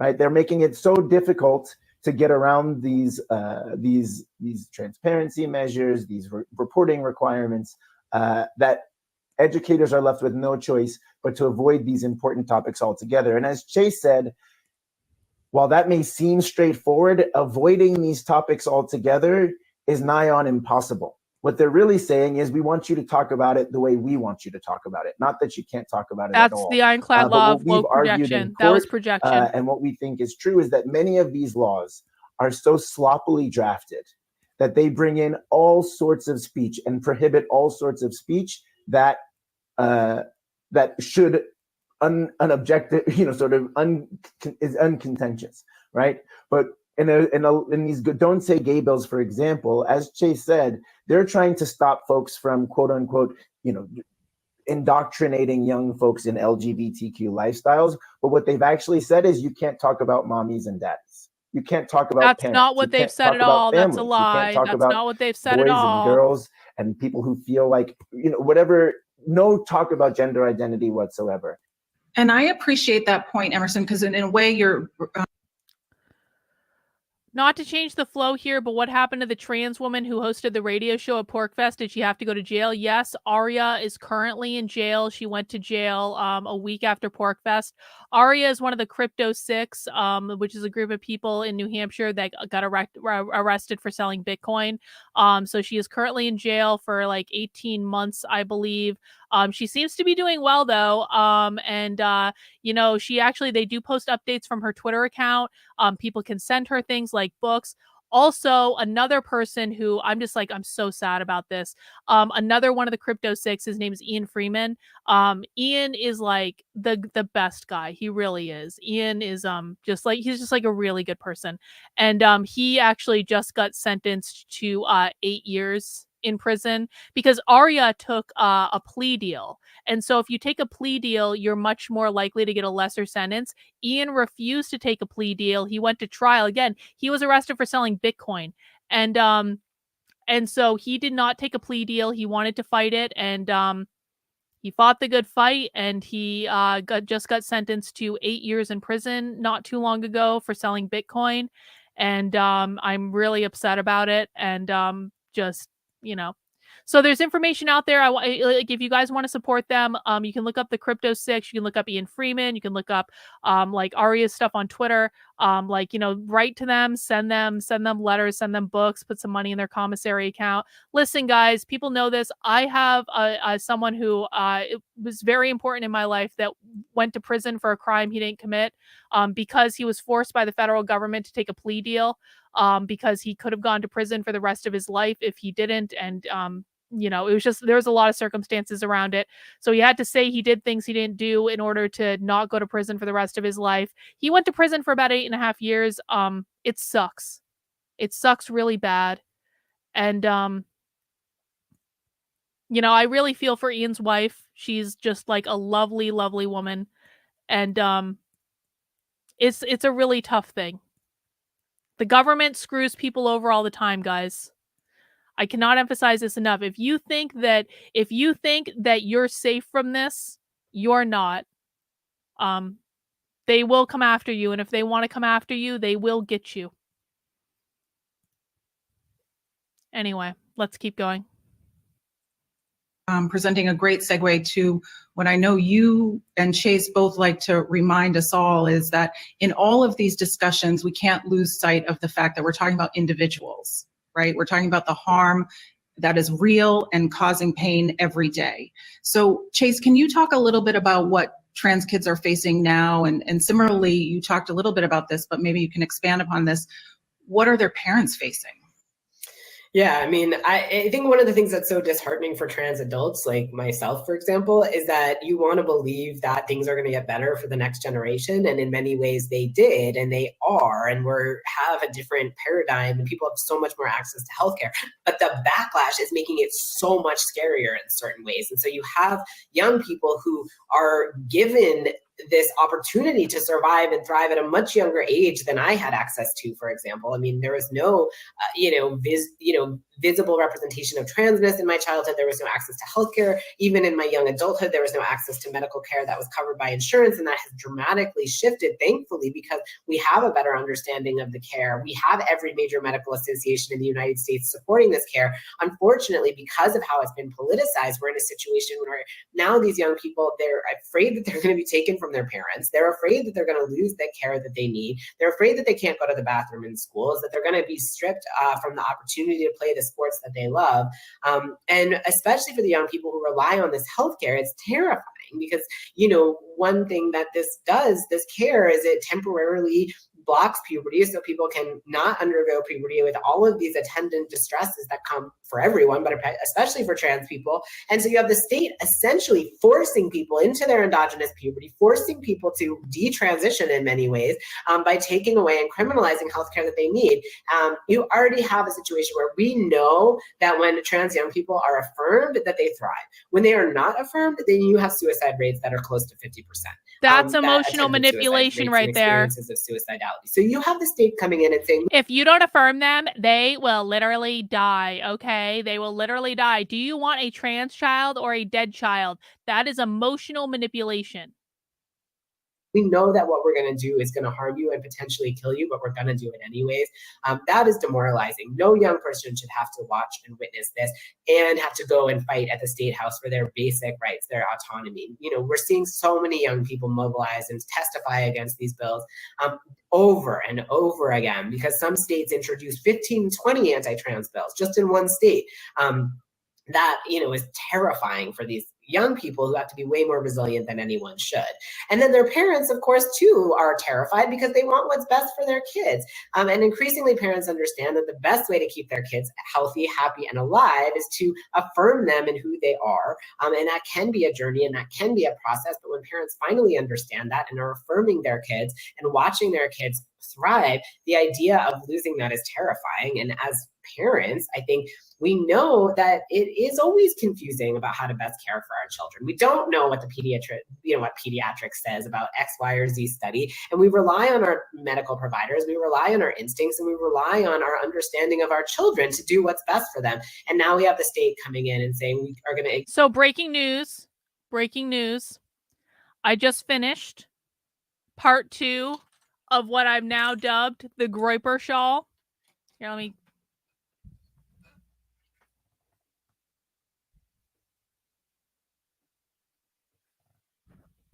This wasn't going to be the Groyper shawl when I started it. In fact, when I bought the kit of green yarn for this Groyper shawl, I hadn't listened to Nick Fuentes in like a really long time.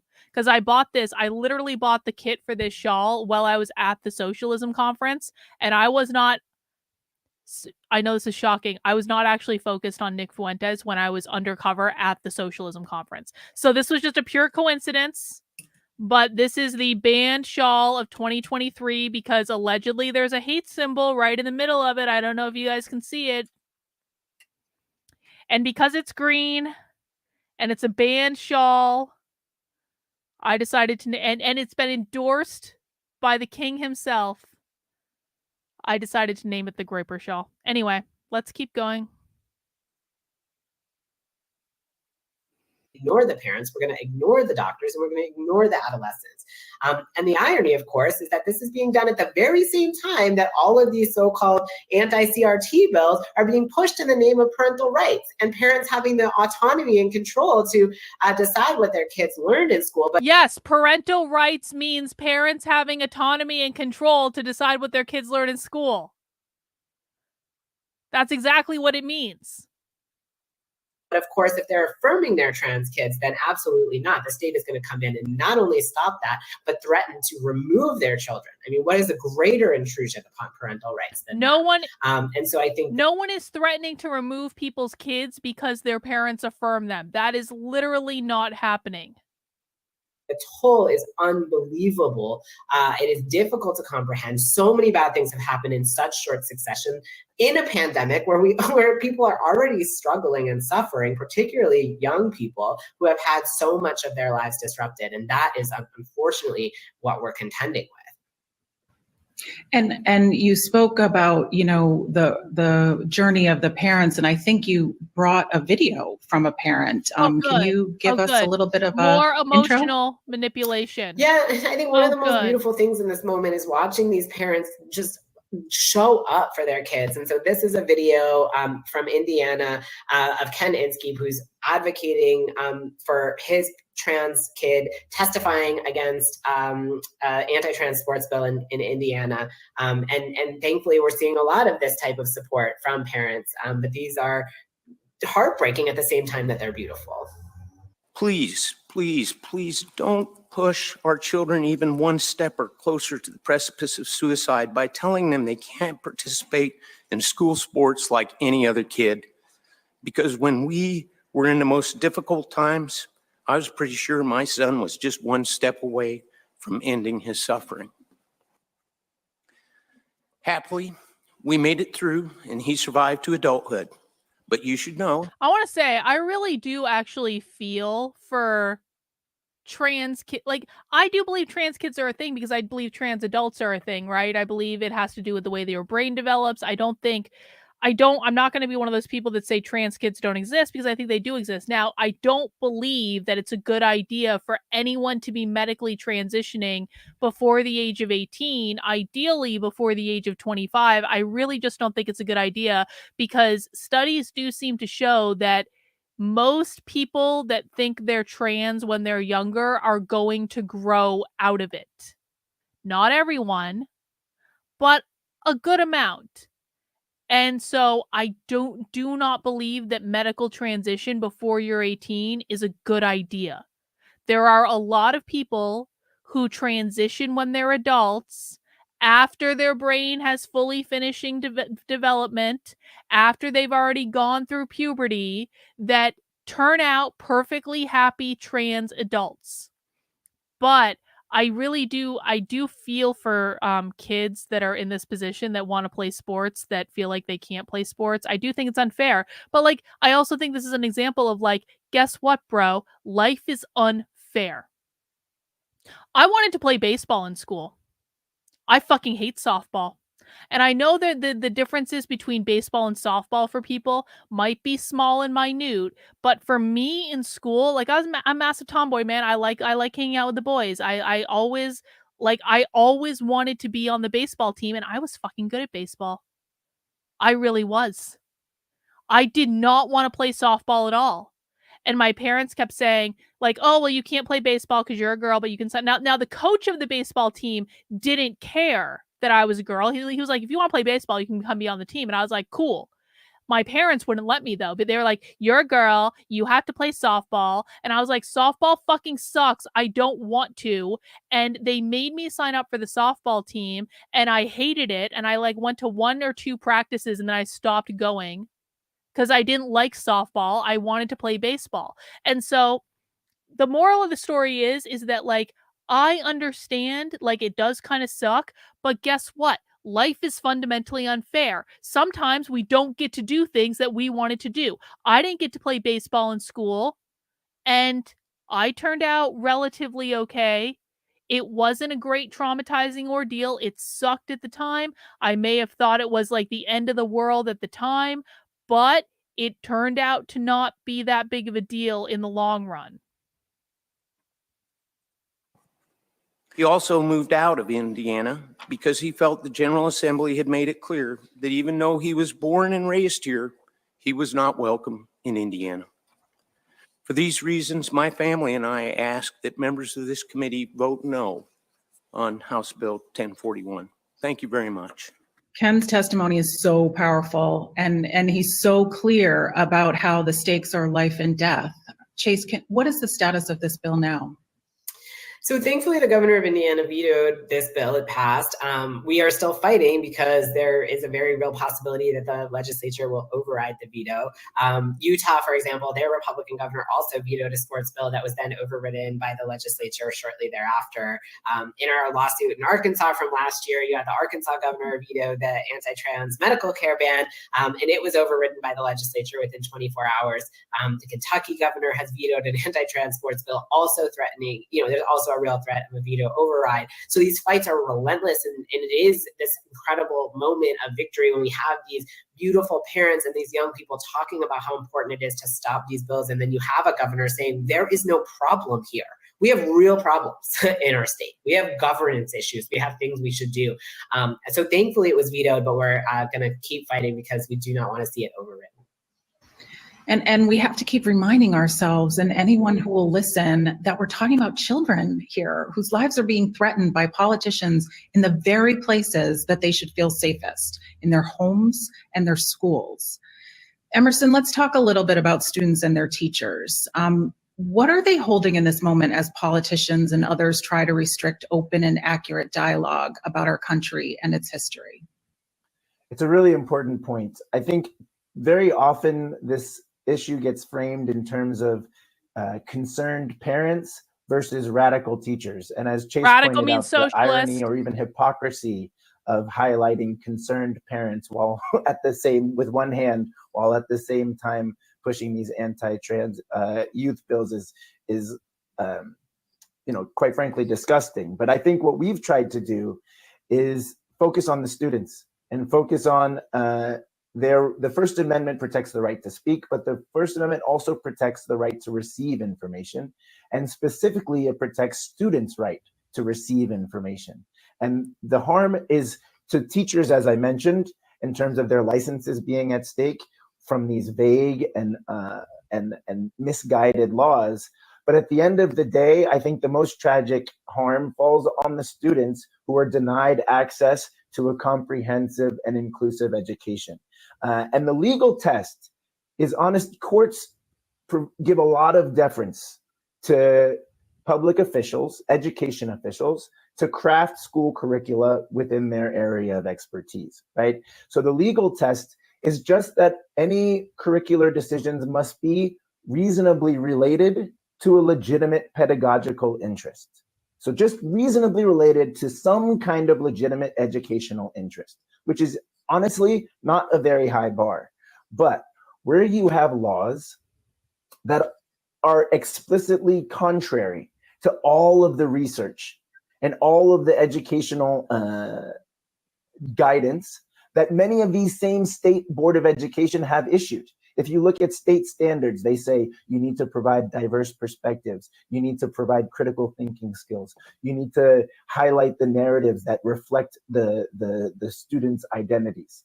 But we have legislators stepping in and saying, no, despite the fact that all the research says that inclusive education improves students' understanding, it improves their behavior, and it even improves their academic performance, we are going to score a political point by banning quote unquote CRT, banning the 1619 Project, Yes. instituting bans on books that highlight LGBTQ and people of color's perspectives. And we think that those types of actions that are contrary to the best thinking among education professionals fail even that test of the legitimate pedagogical interest. And at the end of the day, it's the students who suffer. They're the ones who are in class, and they, a lot of these bills include a provision, including the Oklahoma bill that we've challenged, prohibiting discomfort, anguish, or any other form of psychological distress on the part of children. And I think that that was such a stupid thing to include in those bills. Guys, just so we're clear, there is not a single so-called anti-CRT bill in the country that actually prevents the teaching of critical race theory. I'm going to give you an example. In New Hampshire, they actually had a really solid bill that would have gone a long way to prevent the teaching of critical race theory. And then what happened is the Republican governor, Chris Sununu, wanted to kiss the ass of the teachers' unions, and the Republicans who are retarded in the state Senate didn't understand what they were looking at, and no one was listening. And basically what happened is the Republican Party, not the Democrats, because the Republicans controlled everything at the time. They still do technically, but they even had bigger control at the time. The Republicans watered down the bill. And what they did is they made it into an anti-discrimination bill because they wrongfully believe that whiteness is about the color of your skin and not about capitalism.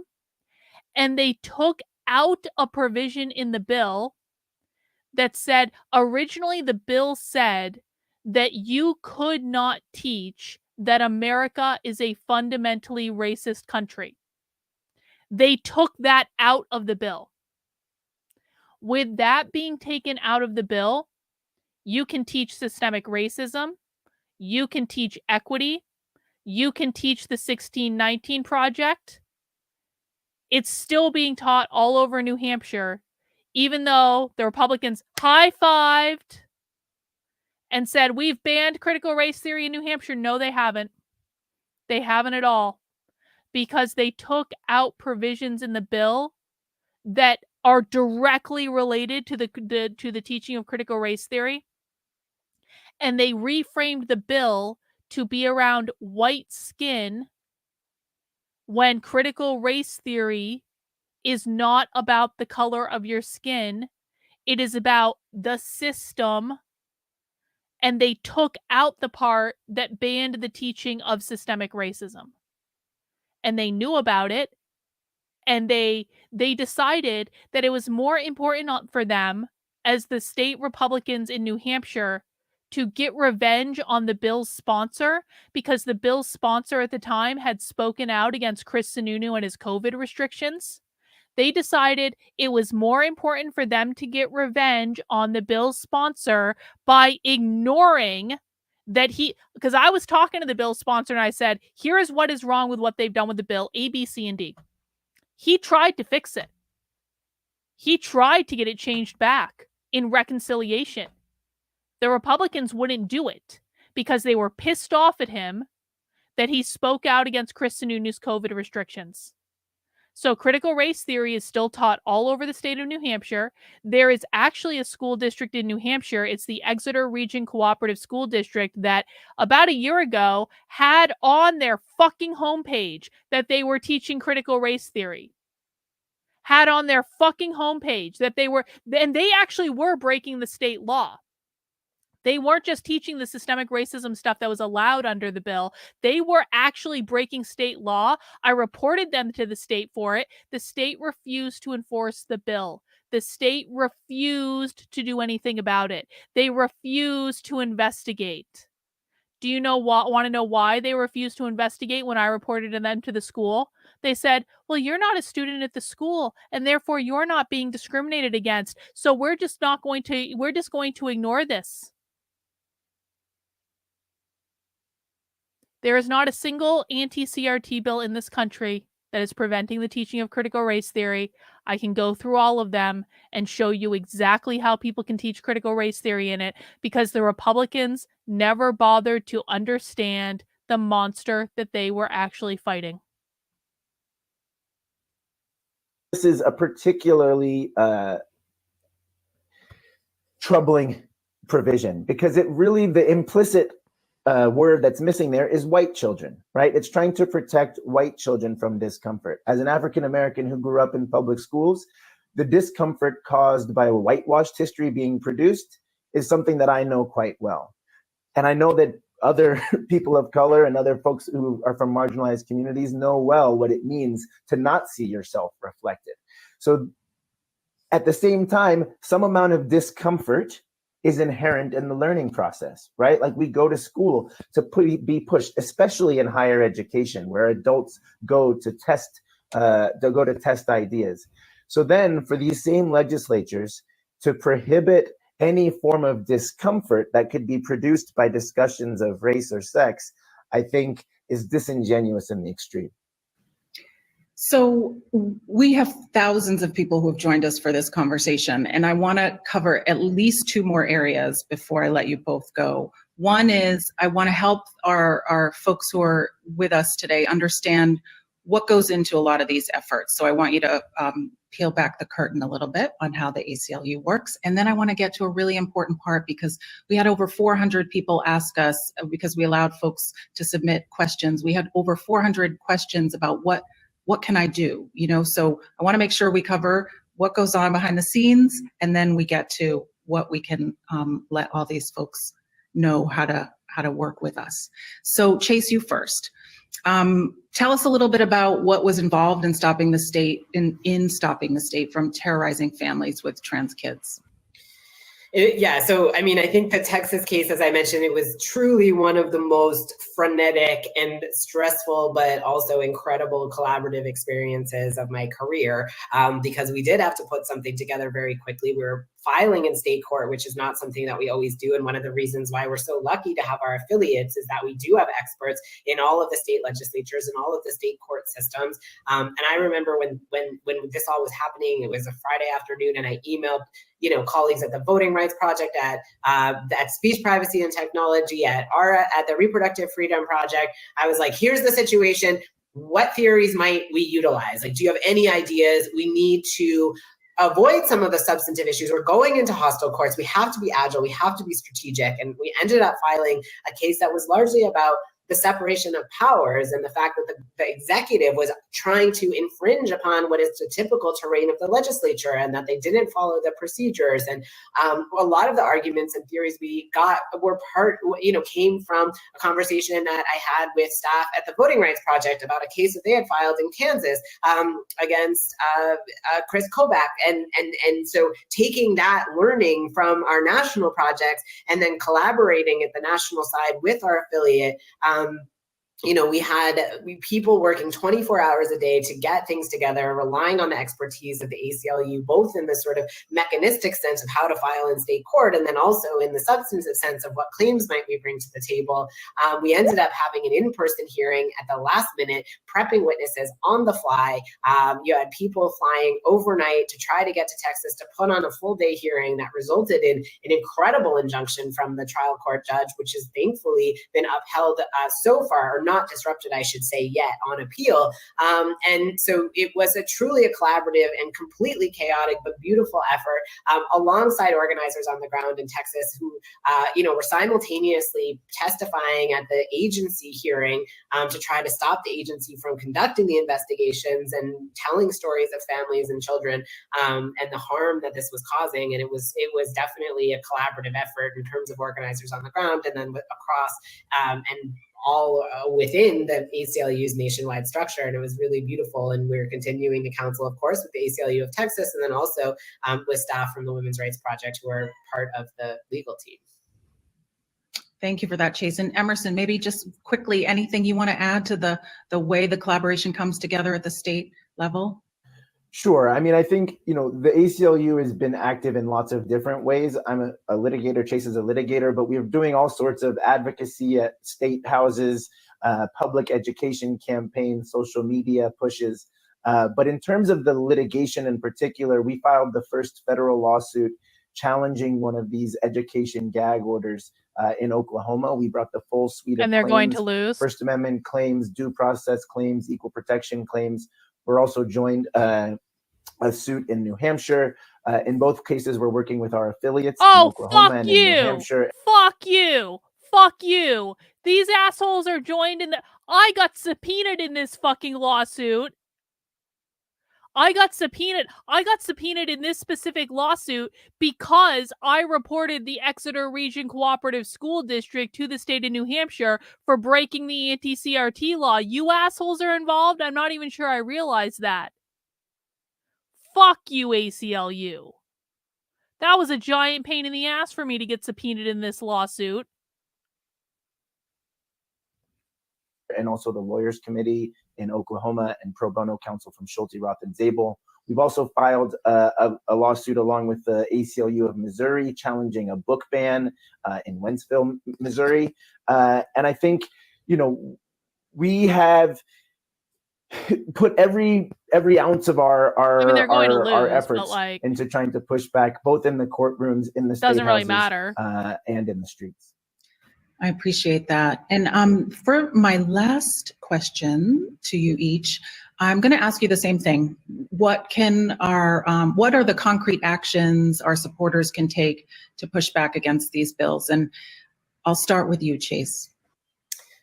Yeah, I mean, I always talk about this in sort of three fundamental ways. And I think everyone can get involved no matter where you are, because the first and most fundamental thing. Listen, I would never enact violence in real life. I really wouldn't. I would not do what I'm about to say. I do not believe in violence unless I'm defending myself from someone else doing something violent to me. But does anyone just want to punch this person? I'm not saying I would do that. I would never do that because I don't believe in violence.